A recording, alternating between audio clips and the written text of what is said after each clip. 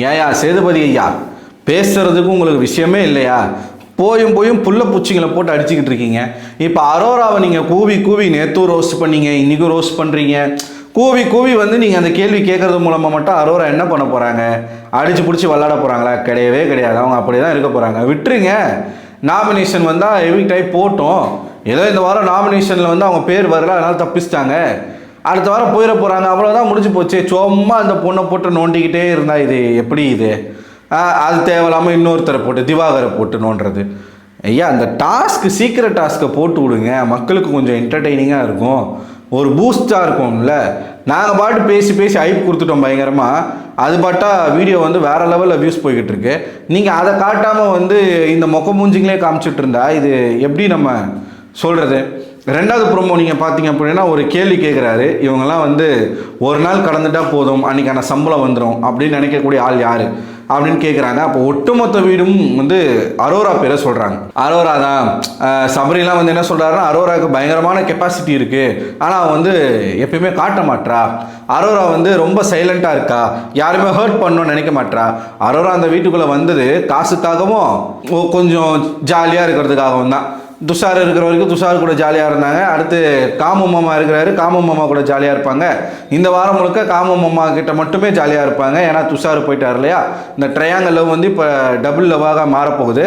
கமருதீனுடைய பழைய வீடியோ ஒன்று நான் பார்த்தேன். அதில் எந்த அளவுக்கு அவர் கொச்சையாக பேசியிருக்காரு தெரியுமா? நான் அதை பற்றி தனியாகவே ஒரு வீடியோ போடுறேன், சரிங்களா? ஏன்னா இதோட சேர்த்து பேசணுன்னா அது நார்மலைஸ் ஆயிரும்.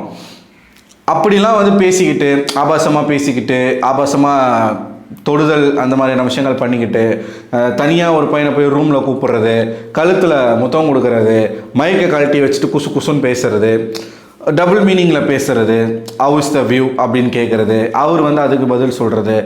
வெளியில் வந்து அவங்க ஒரு பர்ஃபார்மன்ஸ் பண்ணிட்டு போனா பாருங்க துஷார். நேற்று நானும் அரோராவும் நல்ல ஃப்ரெண்ட்ஸ் தான், ஏன் வந்து எல்லாருக்கும் ஏன் எல்லோரும் இப்படி பார்க்குறீங்க, இப்படி நினைக்கிறீங்க அப்படின்னு கேட்குறான். டேய் சும்மா இருக்கிறவங்கள சொரிஞ்சு விடுற மாதிரி தானே. சேதுபதி சொன்னார், உனக்கு வாய் தான் உனக்கு பெரிய பிரச்சனை, போ ஒழுங்க அப்படின்னு சொல்லிட்டு. சரி, இந்த ப்ரோமோவில் வந்து சேதுபதி டைரெக்டாக அரோரா வந்து ஒரு விஷயத்தை கேட்குறாரு. நீங்கள் இப்படி தான் இருக்க போகிறீங்க, எனக்கு வெளியில் போனாலும் பிரச்சனை இல்லை அப்படின்னா சொல்லிடுங்க, நான் கதவு திறக்க சொல்கிறேன், அப்படியே போயிருங்க அப்படின்றாங்க. ஸோ இதுக்கு தான் அரோரா வந்து பயங்கரமாக தேம்பி அழுதுருக்காங்க போல இருக்குது. நேற்று அதான் நடந்துச்சு. அரோரா வந்து ரொம்ப நேரமாக அழுதுகிட்டே இருந்தாங்க அப்படின்ற மாதிரியான செய்திகள் வந்தது. பட் நேற்று பெருசாக அழுவலை துஷார் போனதுக்கெலாம். மேபி இன்னைக்கு சேதுபதியோடைய இந்த ரோஸ்ட்டுக்கு அப்புறம் அழுவாங்கன்னு நினைக்கிறேன். ஒரு பக்கம் அரோராவை போட்டு அடிக்கிறாருன்னு பார்த்தீங்கன்னா, இன்னொரு பக்கம் திவாகரை போட்டு அடிக்கிறார். திவாகர் வந்து நம்ம எப்பயுமே ஒரு எப்படி சொல்கிறது, அவர் வந்து ஒரு என்பிடி பேஷண்ட் அப்படிங்கிறது நமக்கு தெரியும். என்னடா என்பிடி அப்படின்னு கேட்டிங்கன்னா, அதை பற்றி பேச வேணாம், நான் இந்த வீடியோவில் பேச வேணாம்னு நினைக்கிறேன். உங்களுக்கு என்னன்னு தெரிஞ்சுக்கணும் அப்படின்ற ஆர்வம் இருந்துச்சுன்னா நீங்கள் கமெண்ட் செக்ஷனில் கமெண்ட் பண்ணுங்கள். என்பிடினா என்னன்னு கேளுங்க, நான் அடுத்ததாக ஒரு வீடியோ அதை பற்றி போடுறேன், ஓகேவா? அவருக்கு தன்னுடைய பர்சனாலிட்டி தான் இருக்கிறதுலே பெருசு அப்படின்னு ஒரு எண்ணம் அவர் மனசுக்குள்ளே இருக்குது ஆழமாக. அதனால் அவருக்கு வந்து எப்படின்னா எதாக இருந்தாலும் கண்டுபிடிச்சிடும். அப்படி ஜோசியக்காரர் மாதிரி ஒருத்தருடைய ஒரிஜினாலிட்டி, ஒருத்தருடைய எமோஷன், அது ரியலாக இருக்கா ஃபேக்காக இருக்கா, இல்லை ஒருத்தனுடைய தராதரம், அவனுடைய படிப்பு, மூஞ்சை பற்றி எல்லாமே சொல்லிடுவார்.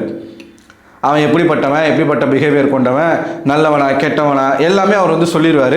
மோர் மெச்சூரிட்டி அவருக்கு வந்து இருக்குது. அவர் படித்ததுனால அவர் வந்து டாக்டர் வேறு இல்லையா?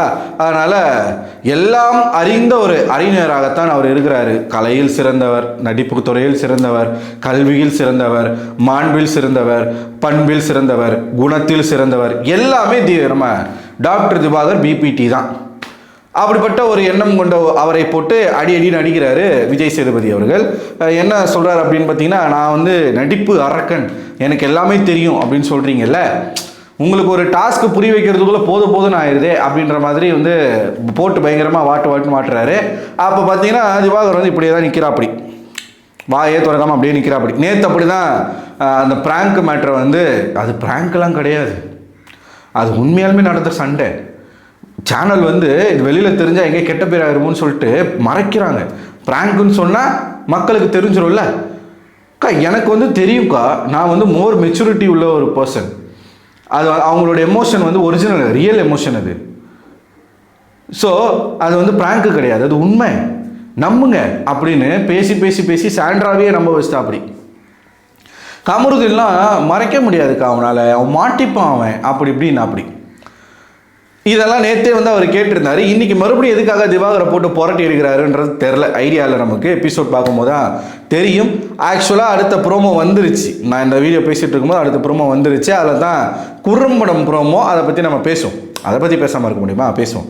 ஸோ இன்னைக்கு போட்ட 3 ப்ரோமோவுமே வேஸ்ட்டு தான். 4வது ப்ரோமோ மட்டும்தான், அது மட்டும்தான் இன்றைக்கி கண்டென்ட்டே இருக்குதுன்னு நினைக்கிறேன்.